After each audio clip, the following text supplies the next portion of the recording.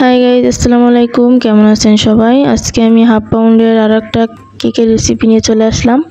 আর এখানে আমি এর জন্য একটা ডিম নিয়ে নিয়েছি। এখানে ডিমটা আমি ভেঙে নিচ্ছি। আর এটা একটি মিক্সিং দিয়ে আমি দেখাই দিচ্ছি ফেটানোটা।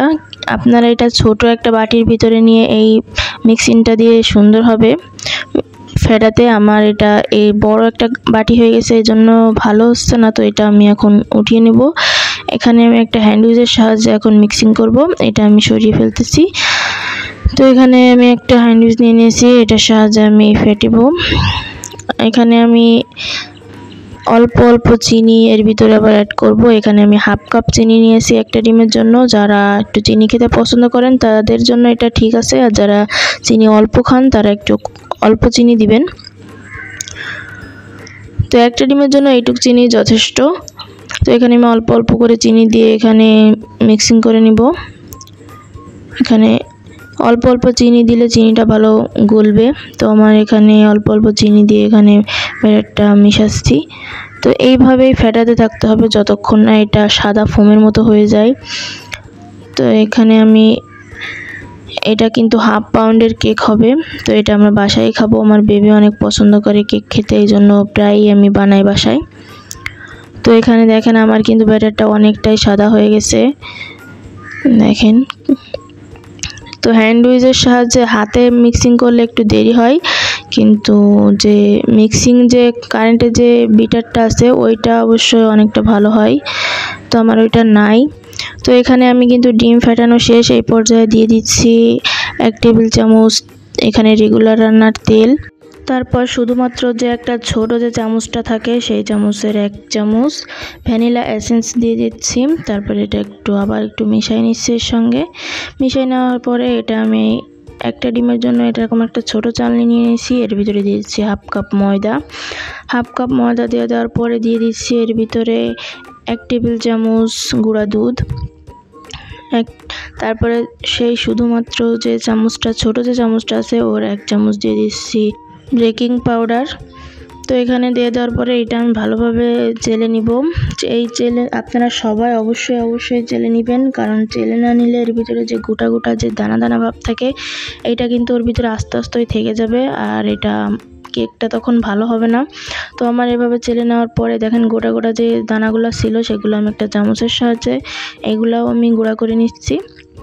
তো আমার এগুলা গুঁড়া করা শেষ। এখন আমি একটা হ্যান্ড উইচের সাহায্যে এটা আলতো আলতো করে মিক্সিং করে নিব। আলতোভাবে আপনারা এটা মিশাবেন, যাতে যে ডিমের ফোমটা হয়েছে এটা যাতে আপনার গলে না যায়। এটা নষ্ট হয়ে গেলে কিন্তু কেকটা ভালো হবে না, ফুলবে না।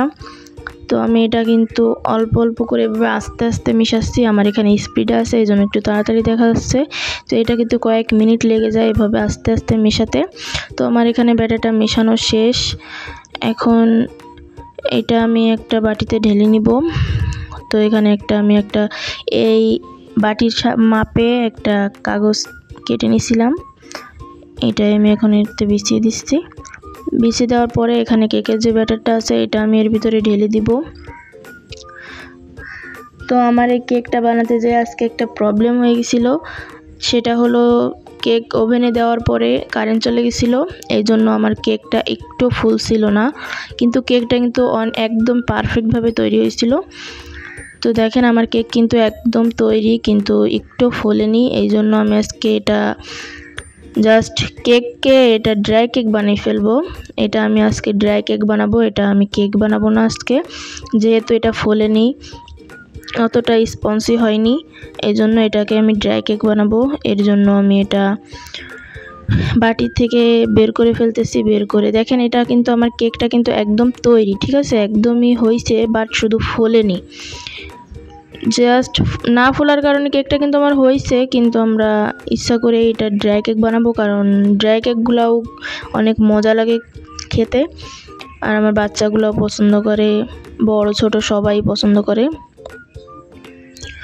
এই জন্য এটাকে আমি এবার কাগজটা উঠিয়ে নিয়ে কেটে নিব। এটা দেখেন আমি একটা কেকের যে চামচ আছে স্কেল টাইপের, সেটাই আমি একটা এখানে ব্যবহার করব।